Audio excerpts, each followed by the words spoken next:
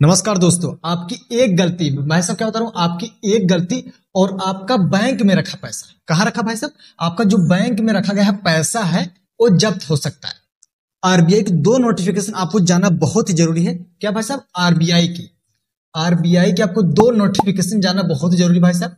Notification 1 मतलब notification जानना आपके यहाँ पे देखिए दो आरबीआई की नोटिफिकेशन आई हैं और दोनों नोटिफिकेशन के आपको जानना बहुत ही जरूरी है। और आज की इस वीडियो में आपको डिटेल में एक्सप्लेन करने वाला हूं और नोटिफिकेशन में क्या क्या लिखा गया है और आपका पैसा क्यों जब्त हो जाएगा।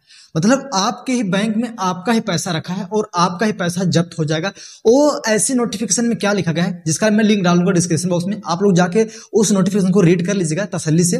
और आज की वीडियो आप लोग बहुत ही इत्मीनान से देखिए, अगर आपके पास टाइम है तो देख लीजिए, वरना आप इस वीडियो को बाद में देख सकते हैं, ठीक ना। आप लोग इस वीडियो को कहीं पर सेव करके रख लीजिए, बाद में जो आपको तसल्ली से आप इस वीडियो को देखिएगा, क्योंकि आज के इस वीडियो में हम उस टॉपिक के बारे में बात करने वाले हैं। मतलब जो आप लोग इतने मेहनत से अपना पैसा कमाते हो, जो इतना मेहनत से आप पैसा कमाते हो, कहीं आप लोग पैसा अपने बैंक अकाउंट में रखे हो, ठीक, और वो पैसा जब्त हो जाए, ठीक, जब्त हो जाएगा।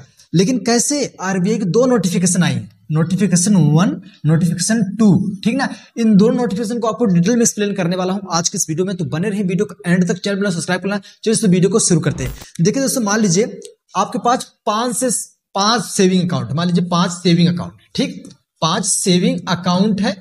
ओ भाई साहब, मान लीजिए किसी का एसबीआई में हो गया अकाउंट, ठीक, किसी का एसबीआई में सेविंग अकाउंट है, किसी का एचडीएफसी में है, ठीक, एचडीएफसी में किसी मान लीजिए आपके पास 5 सेविंग अकाउंट है। मान लीजिए किसी में आप लोगों ने 6 लाख रुपए रखा है, ठीक, मान लीजिए आपने किसी में 6 लाख रुपए रखा है, ठीक, अच्छी बात है भाई, पैसा रखो। फिर मान लीजिए किसी में आपने 10 लाख रुपए रखा है, ठीक, फिर मान लीजिए कोई आपका दूसरा सेविंग अकाउंट है, उसमें आपने 3 लाख रुपए रखा है, ठीक। मतलब ऐसे मान लीजिए आपके पास 5 सेविंग अकाउंट है जिसमें आप लोग किसी में 5 लाख, किसी में 6 लाख, किसी में 7 लाख रुपए रखे हो। बहुत ही आसान है, कोई दिक्कत वाली बात नहीं भाई साहब, पैसे रखो, क्योंकि भाई साहब अकाउंट है, सेविंग अकाउंट, पैसा आप रखोगे, ठीक।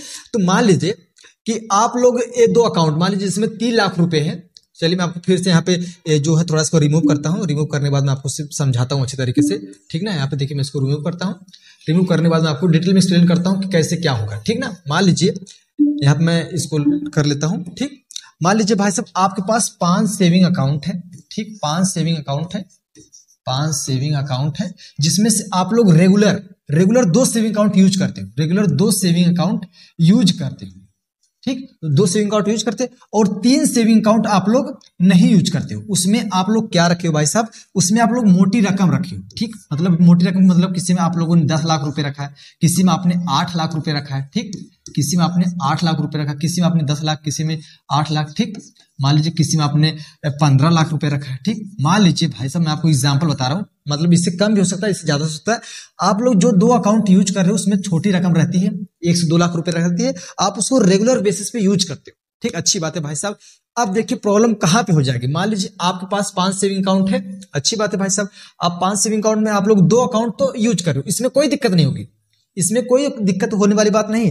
अब जो आप लोग ये 3 सेविंग अकाउंट है, यहाँ पे देखिए ये जो 3 सेविंग अकाउंट जिसमें आप लोगों ने 10 लाख रखा है, जिसमें 8 लाख रखा है, जिसमें 15 लाख रुपए रखा है, इसी में हो जाएगी दिक्कत, ठीक। कैसे दिक्कत हो जाएगी? आरबीआई के 2 नोटिफिकेशन आई है कि अगर आप कोई भी अकाउंट, चाहे वो सेविंग अकाउंट हो चाहे वो करंट अकाउंट हो, मैं आपको बताना भूल गया, ये सेविंग मतलब सेविंग और करंट दोनों के लिए नियम लागू है, ठीक ना, मैं आपको बता देना चाहता हूं। और भाई साहब मान लीजिए आपने एफडी कराया है, ठीक, एफडी जिसे हम फिक्स डिपॉजिट बोलते हैं, एफडी या आरडी, मतलब बैंकों में तो कॉमन हो गया है, सभी लोग पैसा करते हैं कि हमको अच्छा इंटरेस्ट मिले, ठीक, अच्छी बात है भाई साहब। मान लीजिए किसी ने एफडी कराया है और उसके साथ जो सेविंग अकाउंट लिंक है, उसके साथ जो सेविंग अकाउंट लिंक है उसमें मान लीजिए उसने भी पैसा रखा है 5 लाख रुपए, ठीक ना, 5 लाख रुपए रखा है।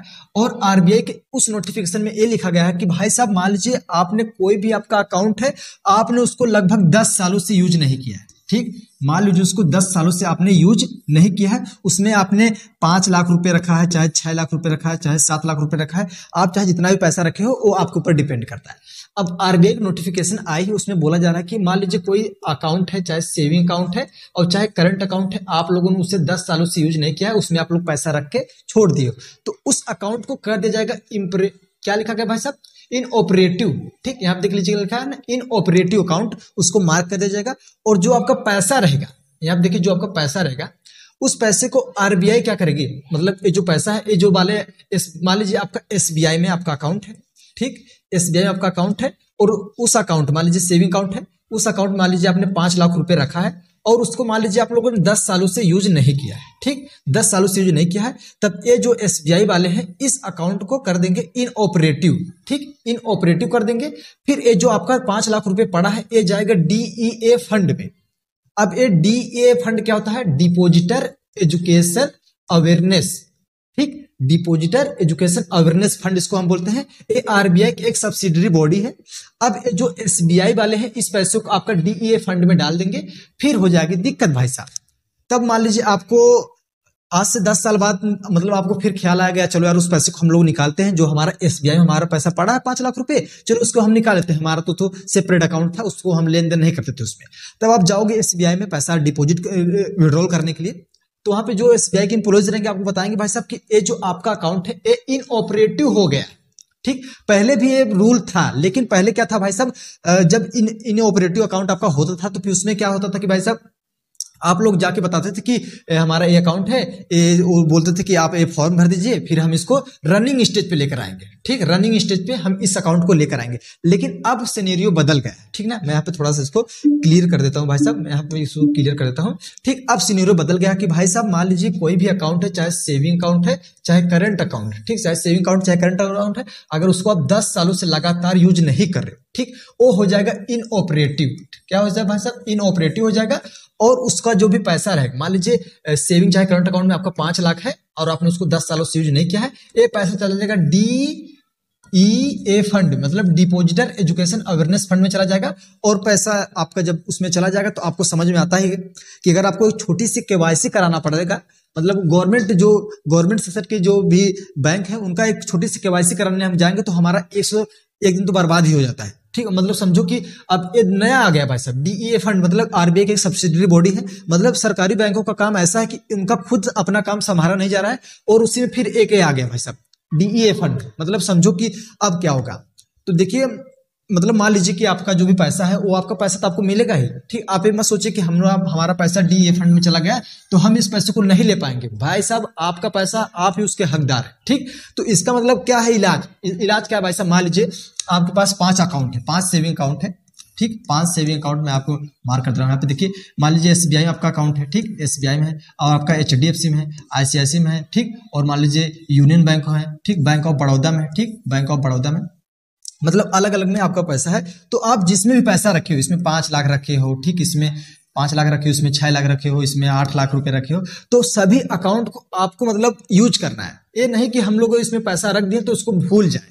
अगर आप ऐसा करते हो तो ये इनऑपरेटिव अकाउंट हो जाएगा और चला जाएगा पैसा डीईए फंड में, डिपोजिट एजुकेशन अवेयरनेस फंड में चला जाएगा। फिर वहां से आपको पैसा निकालने में थोड़ा मशक्कत होगी, ठीक ना। आप खुद सोचिए कि अगर आपको बैंक में कोई केवाईसी करवाना पड़ता है, भाई साहब केवाईसी अगर हम करवाना पड़ता है, ठीक ना, केवाईसी अगर हमको करवाना पड़ता है तो हमको बैंक में जाके लाइन लगाना पड़ता है, हमारा 1 दिन बर्बाद हो जाता है, हमारा पूरा 1 दिन बर्बाद हो जाता है। हम बैंक में अगर जाते हैं तो सरकारी बैंक हो चाहे प्राइवेट बैंक हो, ठीक।